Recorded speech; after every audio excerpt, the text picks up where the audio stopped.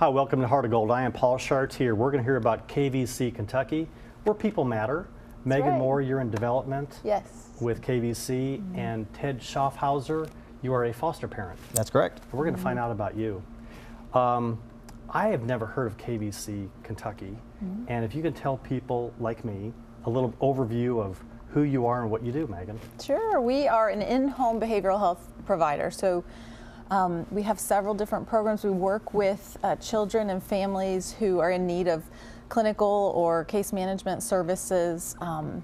We have a small foster care program as well, so we train foster parents, and then children who need a foster home can come into one of our homes, and then we provide support there too. So we have about 200, a little over 200 staff, and we have 8 offices, and all the work that we do is in the home, school, and community with kids. So even though we have 200 staff, we have very small offices, very few people work from the office, but we really come alongside families in times of crisis and try to empower them and give them skills to have better family situations.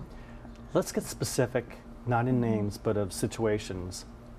Tell people exactly, connect the dots. Who do you work with, and then what can you provide for them? We have several programs. One of our largest program is a contract with the Cabinet for Health and Family Services to provide in-home services for children who are at risk of removal.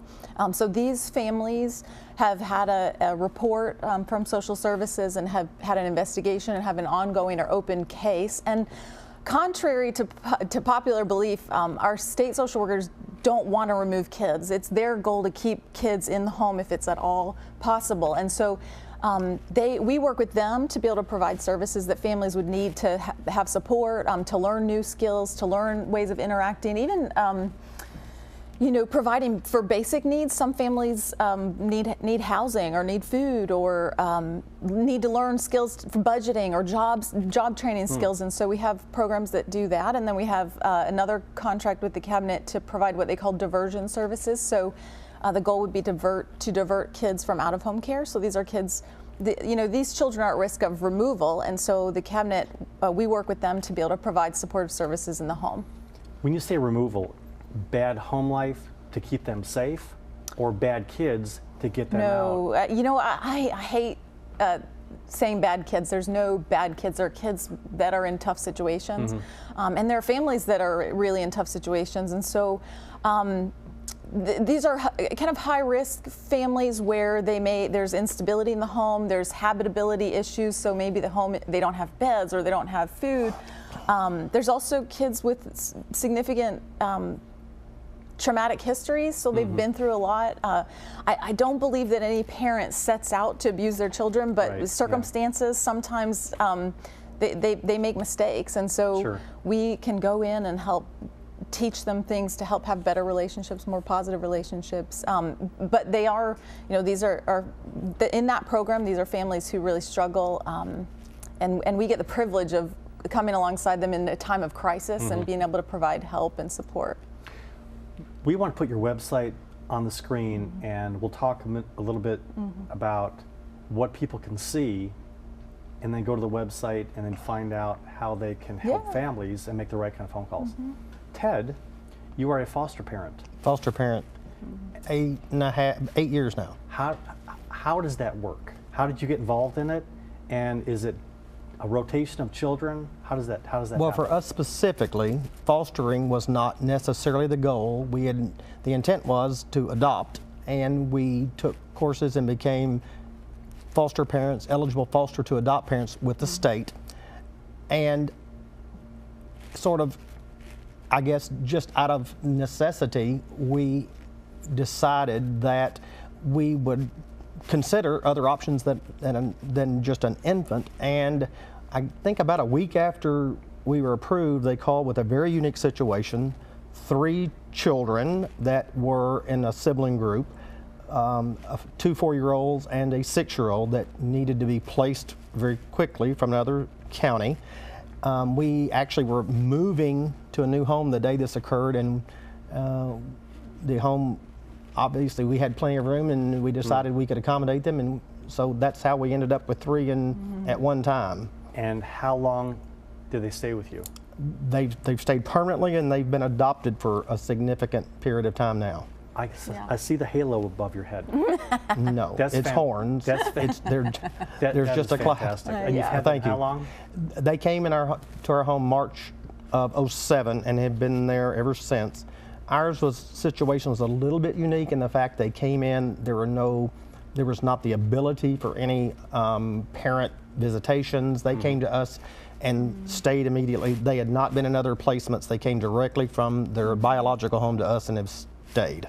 For people watching that may think they want to become foster parents, what did you do for training and background, and then how were you prepared to take on these kids?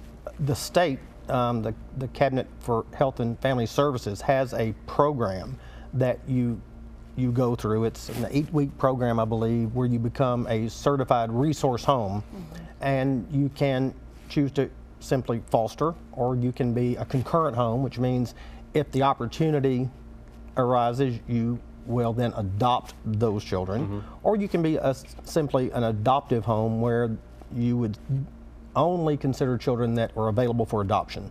So they wouldn't come in the home as foster children. They would already have, the parental rights would have already been terminated, and they would be available for adoption the minute they came to you. And if people want to find out more information about becoming foster parents, do they call KVC or the state? So our state works with training their own foster parents. So like Ted was a foster parent with the state, and then KVC, we do private foster care. We have private foster care agencies. So KVC has a license from the state to be able to train and provide foster families for kids who need homes.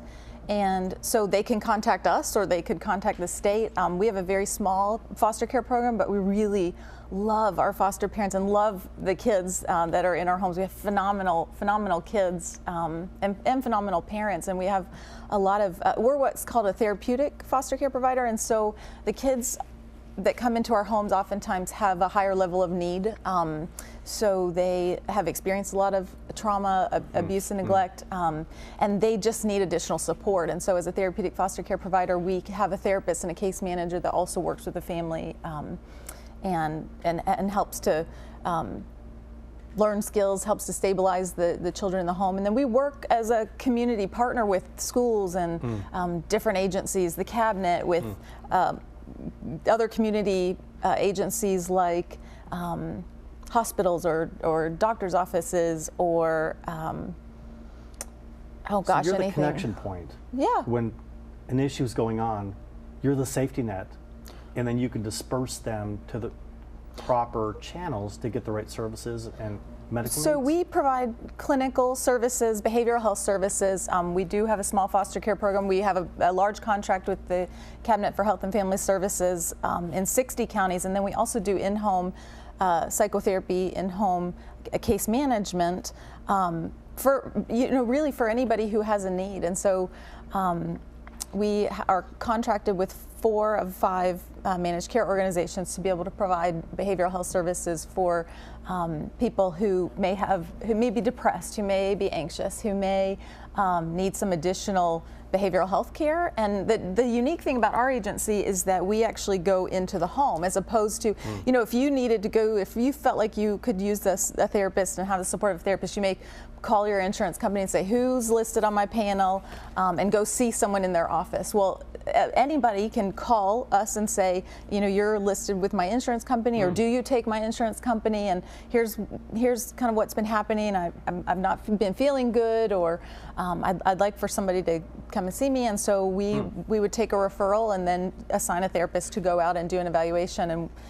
And because we do in-home, it breaks down real barriers of getting there, of transportation. Right. Yeah. We'll actually come to you. We would, maybe if it works, we'd go to your office at lunchtime, or, but we have really highly skilled clinicians and case managers. Our agency really values training. We want the kids and families that we work with to have the best services out there, and so we provide a lot of support to our clinicians. We have a lot of training. They're trained in a lot of evidence-based practices, so that it's not a one-size-fits-all for every person. And so our clinicians our program is designed to meet the unique needs of each family and child.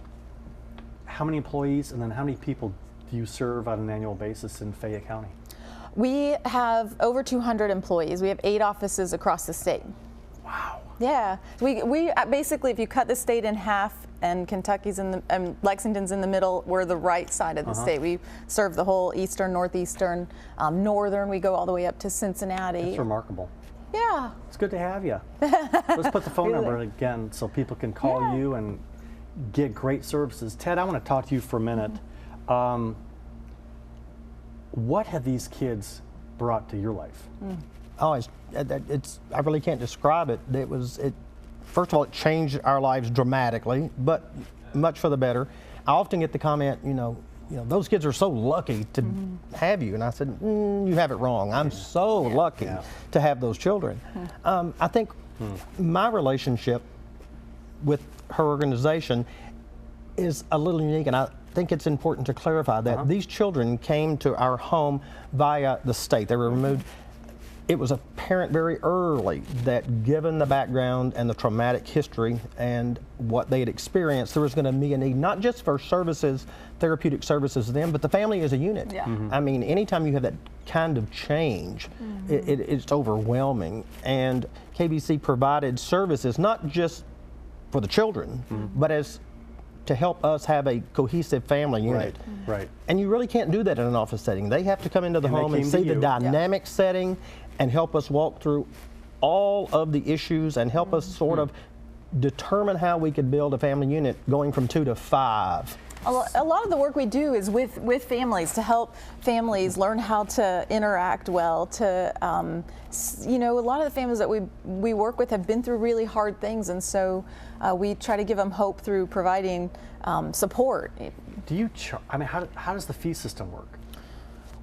Someone contacts you? For our services, so our contract with the cabinet to work with families whose children are at risk of removal is funded through state and federal funds. Okay. And so that's free to families. And then our Medicaid services, they would just call us, and we, with their managed care company, just like you and your insurance company, parents, adults, children who have Medicaid through Anthem, Passport, Humana, and Coventry, can call us, and we'll go to them and start the process. Before we show the website, tell me how many people you served last year. Any idea? Over 10,000, about 10,700. Statewide or in Yes, this region? in the state.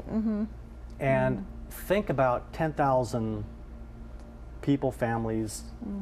If they didn't have your services, the chaos, disruption that would have continued if you didn't provide that great guidance and calm that you do. So I'm glad to learn about KVC tonight. This is fantastic. Yeah, thank you. And Ted's been an amazing foster parent, amazing advocate for children in Kentucky, and we're lucky that he to get to know him and his family. It's funny, anybody that sits on the couch, not that kind of couch, this couch, they always get more out of it than the people that they're serving. And you're Thank you. Well, I have to say one thing. I really believe without services from KVC or an organization like that, it would have been very likely that we would not have been successful as a family unit. I think those services were absolutely necessary and are what made us survive as we did.